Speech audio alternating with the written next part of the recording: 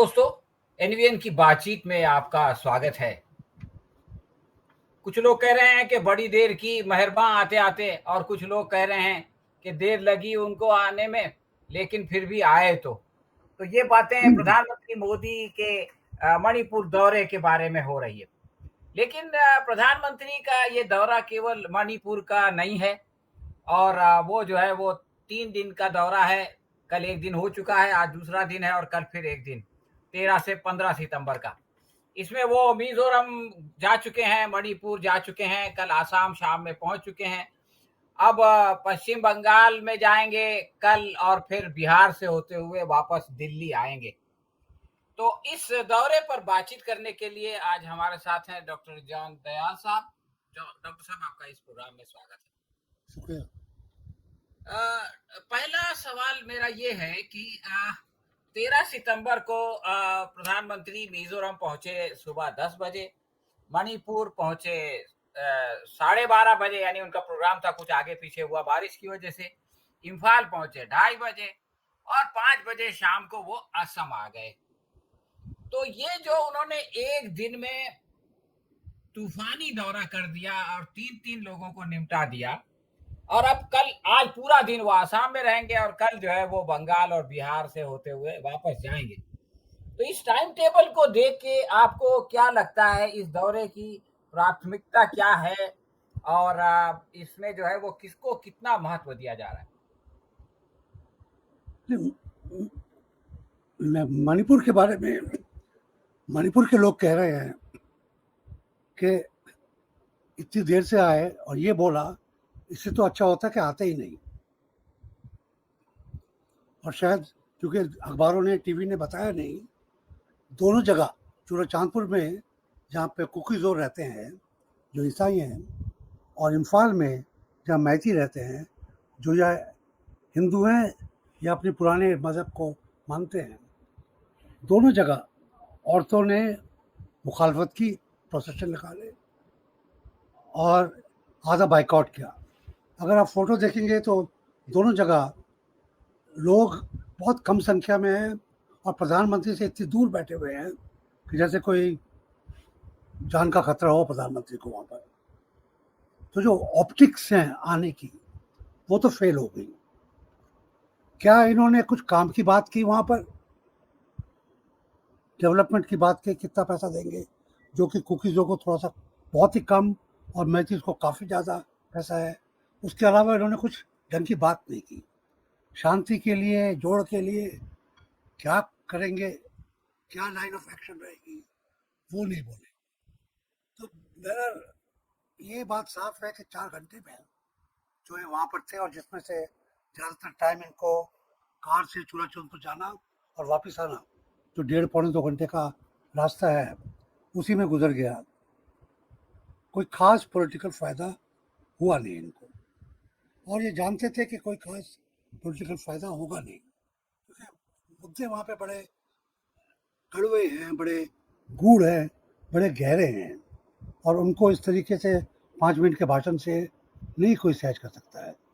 मणिपुर रहेगा या उसके 2 टुकड़े कश्मीर की तरह करने पड़ेंगे, हवा में बात है अभी ये। उसके ऊपर उम्मीद है इस सेशन के दौरान आपके साथ और बात रहेगी। इनका मेन मुद्दा है वहाँ पर जाने का, असम जाने का, और उसके इर्द गिर्द बाकी चीज़ें जोड़ी गई हैं। असम क्यों महत्वपूर्ण है? असम में ही पूरे नॉर्थ ईस्ट की और कुछ हद तक बंगाल की भी politics, anti minority, pro majority, aggressive जो इनका भाषण होता है, इनकी राजनीति है, उसका मेन खेल वही होना है। असम में ही बंगालियों के खिलाफ, मुसलमानों के खिलाफ जो पॉपुलर मूवमेंट्स चलाए गए हैं, ट्राइबल्स के खिलाफ भी, उनका मेन उनको शय मिलती है अगर एंटी मुस्लिम मुद्दा वहाँ पर जागता रहे। असम का चीफ मिनिस्टर बहुत कुछ करता है, डेप्यूटी प्राइम मिनिस्टर की तरह वहाँ पे काम करता है, मगर प्रधानमंत्री तो नहीं है ना वो। तो उसको शय देने के लिए, अपनी बात खुद कहने के लिए प्रधानमंत्री असम यदाकदा जाते ही रहते हैं, और इस बारे भी मेन उनका मुद्दा वहीं पे। इलेक्शन अभी जल्दी में नहीं है, और उसके बाद आखिर में बिहार में जाएंगे।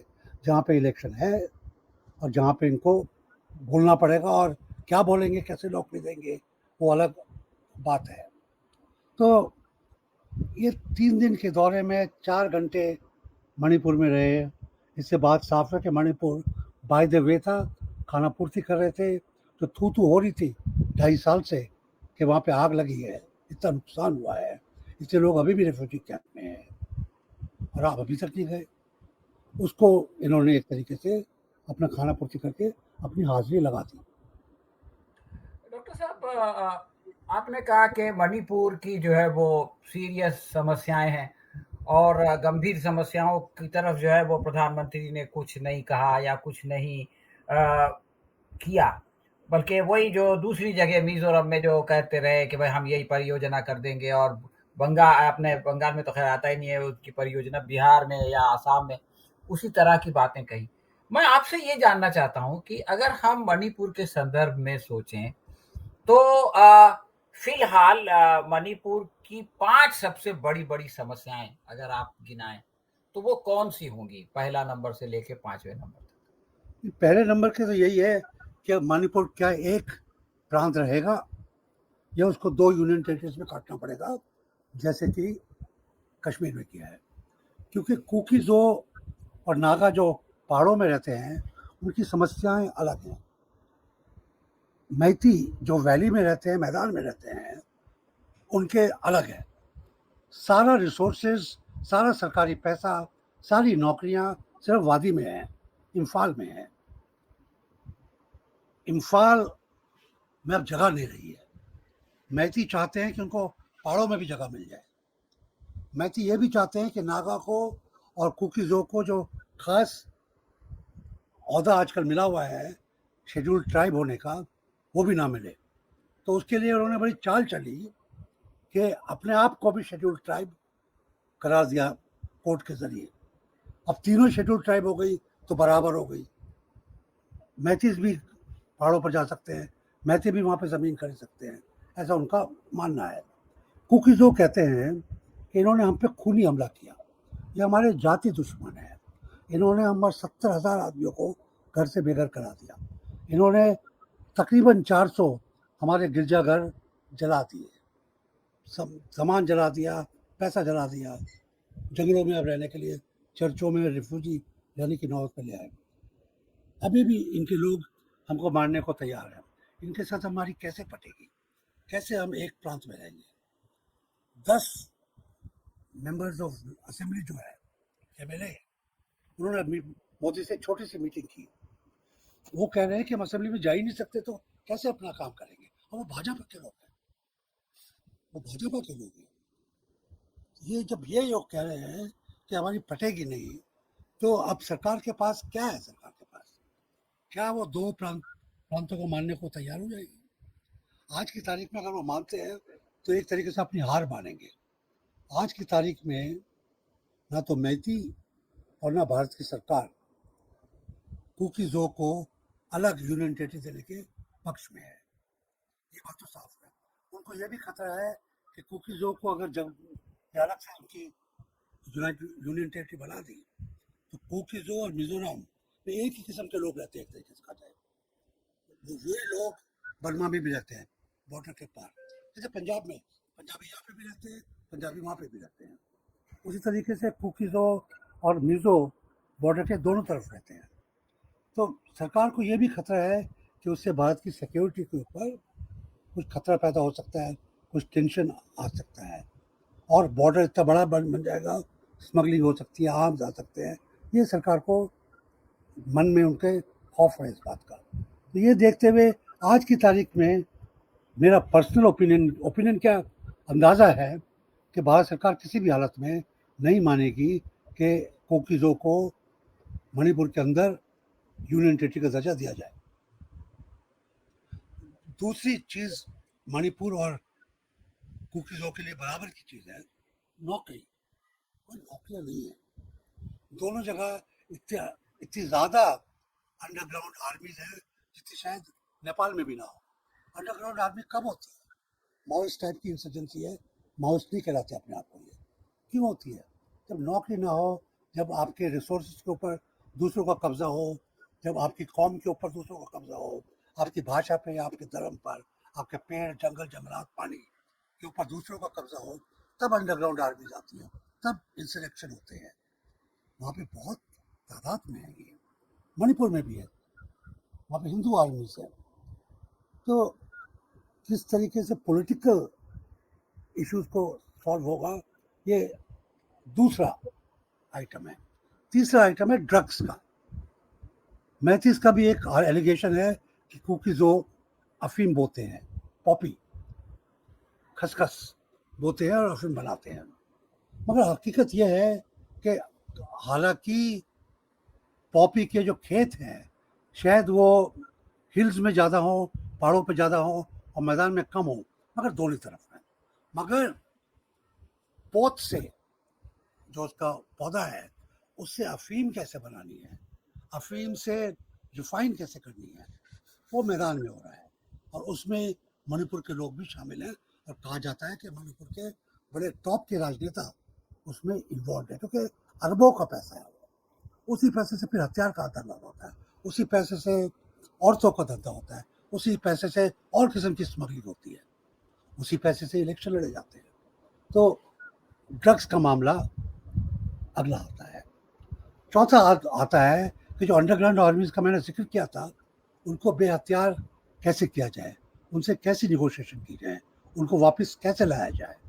जो इम्फाल में एक हिंदू मेजॉरिटी खूनकार सेना बनी है, जिसके वहाँ के भूतपूर्व मुख्यमंत्री भी एक नेतागण थे वहाँ पर, जिसका सेंटर से भी कुछ सपोर्ट मिलता है उसको, और कुकीज़ों की जो फौजें हैं, प्राइवेट फौजें, उनको कैसे नियत्ता किया जाए, उनको कैसे इनकॉर्पोरेट किया जाए सिविल लाइफ में। और पांचवी बात है कि पॉलिटिकल प्रोसेसेस में, भारतीय फौज में, सीआरपीएफ और बीएसएफ में लोगों का हौसला, लोगों का ईमान दोबारा से कैसे लाया जाए। आज की तारीख में चाहे मैती हो या कुकीज़ो हो, उसका सरकारी तंत्रों में कोई ईमान नहीं रह गया है, पुलिस में कोई ईमान नहीं रह गया है, हाई कोर्ट में कोई ईमान नहीं रह गया है, असेंबली में कोई ईमान नहीं रह गया है, राजनेताओं में कोई ईमान नहीं रह गया है। कैसे काम चलेगा? तो ये जो मोटी मोटी पांच बातें, इसके अलावा छोटी छोटी और भी बातें हैं। ज़मीन कहाँ कटेगी, मकान बनाने के लिए पैसा कौन देगा, मकान के लिए ज़मीन कहाँ से लाएंगे, आप पैसा दे भी देंगे तो ज़मीन अगर बेचने वाला नहीं मिलेगा तो कैसे बेचेंगे। और आपको 7,000 8,000 मकान बनाने हैं कम से कम, कहाँ बनेंगे इतने मकान?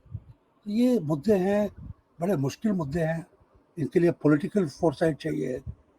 वो अभी तक मोदी जी ने अपने 4 घंटे के दौरे में दिखाई नहीं।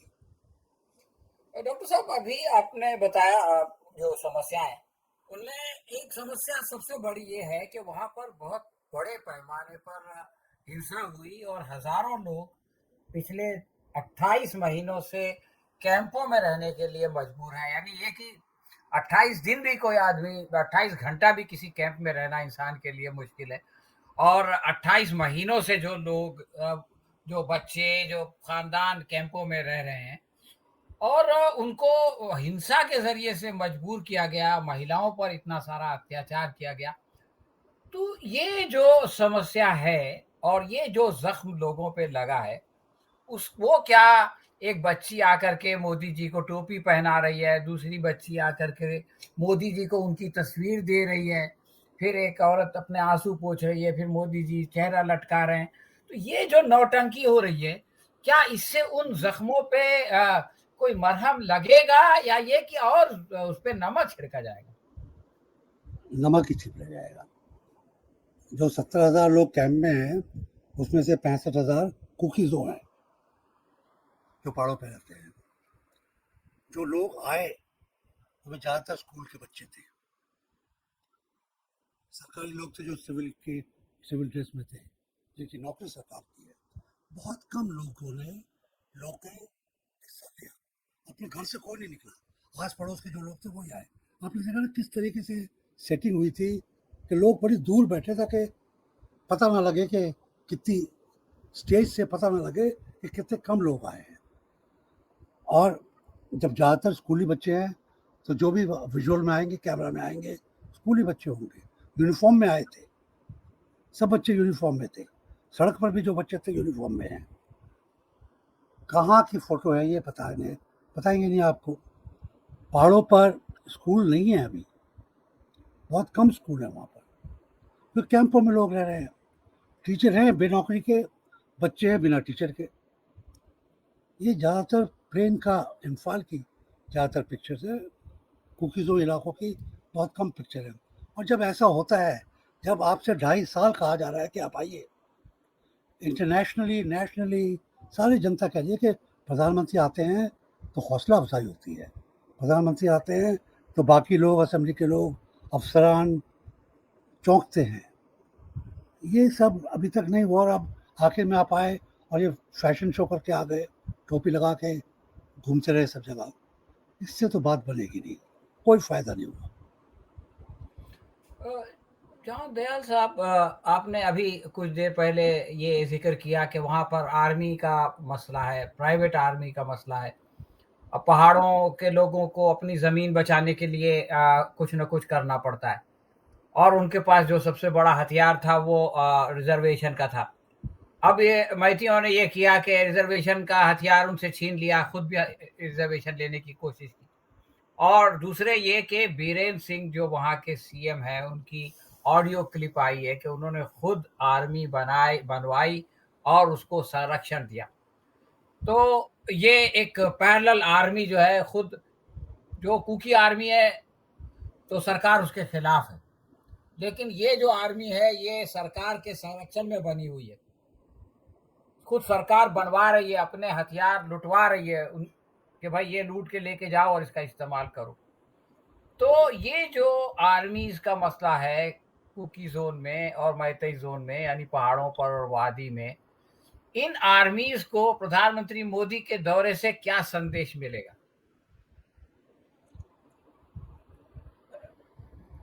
पहली बात तो है कि बीरेन, अगर कोई मणिपुर का गुनहगार है खून खराबे का, तो बीरेन है।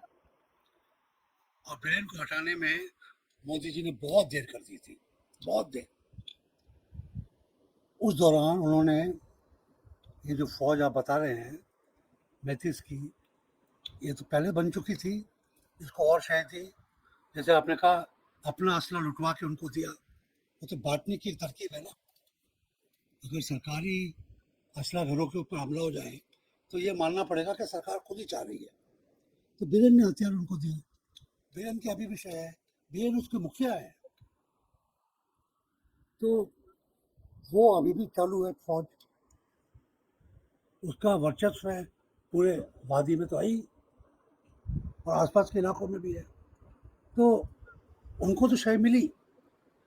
कुकी जो कह रहे हैं कि अब हमारे लोगों को आप निहत्था कर दोगे, तो एक जो हमारे दुश्मन हैं उनके पास हथियार है, हमारे पास तमंचा क्या गुलेल भी नहीं है। तो ये कुकीज़ों का बहुत जायज़ है कि आपको सबसे पहले ये जो मैथियों की आर्म्ड फौज, जिसका रेसिज्म उनकी हर शब्द से निकलता है, उसको आपको बेहतर करना पड़ेगा, उसको आपको कंट्रोल में लाना पड़ेगा, उसको आपको डिसआर्म करके डिस्पर्स करना पड़ेगा, तब कुछ संदेश मिलेगा कि बात हो रही है।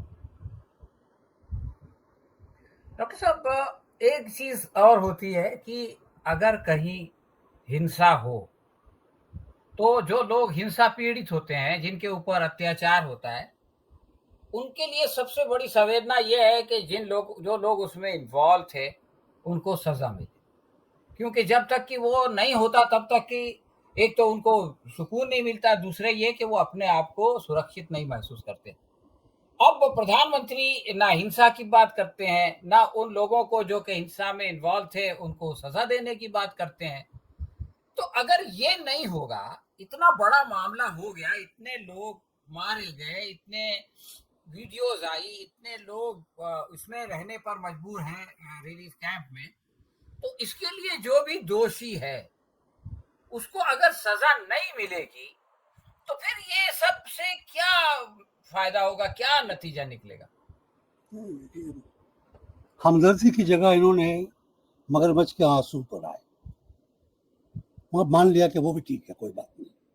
मगर जस्टिस का तो जिक्र ही नहीं किया, कहीं जिक्र नहीं किया।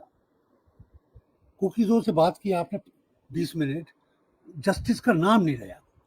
गैंग रेप में क्या कितने लोग पकड़े गए, क्या सारे पकड़े गए, पुलिस साथ में थी, क्या वो पकड़े गए, पनिशमेंट हुई, कोई जिक्र नहीं है। वादी में हमलों में पुलिस बाकायदा साथ थी हमलावरों के, वो नहीं, उनको पकड़ा गया नहीं। हमलावरों में आइडेंटिफाई किया गया कि पॉलिटिकल लीडर्स कौन थे, धार्मिक लीडर्स कौन थे, कोई जिक्र नहीं है। अब ये तो साफ बात है कि investigation process, law and order process बिल्कुल था ही नहीं 2.5 साल से, और आज की तारीख में भी नहीं है। जब ये प्रोसेस नहीं है तो कैसे आप कहेंगे कि सेशन जज बैठेंगे या स्पेशल कोर्ट बैठाई जाएगी? जब तक आप पकड़ेंगे नहीं, तहकीकात नहीं करेंगे, आइडेंटिफाई नहीं करेंगे, तो स्पेशल कोर्ट आज बैठ भी जाए तो उसके सामने कौन, किसको लाएंगे आप? या सिर्फ ये कहते जाएंगे कि पता नहीं कौन गुनहगार थे, बिना नाम के गुनहगार? वो तो कोई जस्टिस की बात हुई नहीं है। क्लोजर नहीं आएगा लोगों को।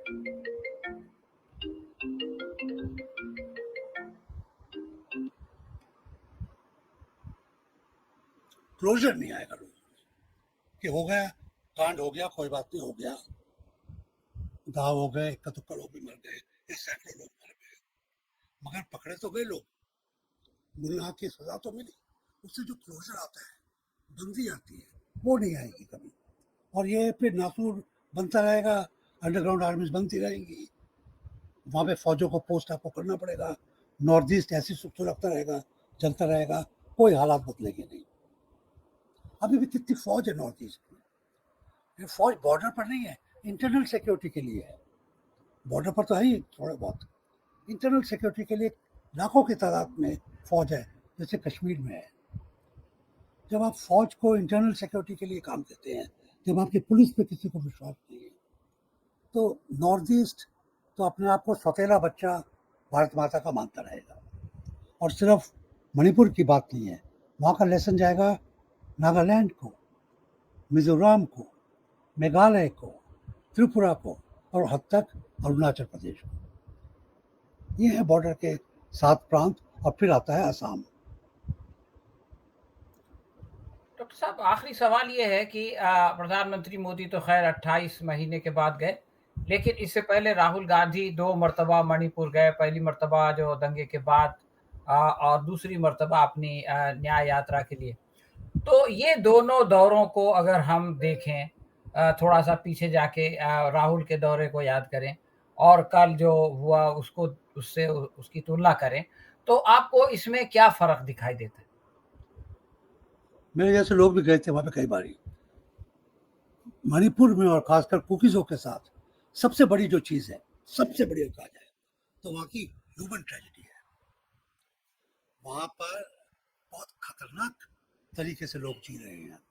औरतों ने कैंप में बच्चे दिए हैं। मैंने आपको बताया, टीचर्स बिना नौकरी के हैं और बच्चे बिना स्कूल के हैं। दवाइयाँ नहीं हैं, एक्सरे मशीन्स नहीं है। ये जो कैंप कैंप कैंप हम कहे जा रहे हैं, आप सोचते होंगे सरकारी कैंप है, इनमें से ज़्यादातर कैंप चर्च में है। अभी तक 2.5 साल से ज़्यादातर जो खर्चा हो रहा है खाने पीने का, चर्च के लोग कर रहे हैं। हम खुद गए थे, खुद हमने देखा। और उससे फिर बात साफ होती है कि राहुल गांधी की यात्रा में और मोदी की यात्रा में क्या फ़र्क है। फ़र्क है हमदर्दी का, फ़र्क है दिल से दिल जोड़ने का, फ़र्क है घाव पे मरहम लगाने का। प्रधानमंत्री से कोई नहीं कहता कि आप हमको चेक दे दीजिए तो उसी दिन तीमारदारी में लग जाइए। कहते हैं आप सिस्टम पैदा कीजिए। लीडर ऑफ अपोजिशन के हाथ में नहीं है सिस्टम पैदा करना, मगर वो अश्योरेंस देते हैं कि आपकी लड़ाई हम पार्लियामेंट में लड़ते रहेंगे, जो लड़ भी रहे हैं, और कौन लड़ रहा है, वो हमदर्दी। और वो कहते हैं अगर फ्यूचर में हमारी सरकार बनी तो आपका कुछ करेंगे ही हम। ये हमदर्दी प्रधानमंत्री के दौरे में नहीं दिखाई दी। वहाँ पे एरोगेंस दिखाई दिया, वहाँ पे ऑप्टिक्स दिखाई दी, वहाँ पे खाना पूर्ति दिखाई दी, वहाँ पे कैमरा दिखाई दिया। हमदर्दी, इंसानियत नहीं दिखाई दी। और कहीं कहीं तो आंखों में जो सूअर का बाल है वो दिख ही जाता था।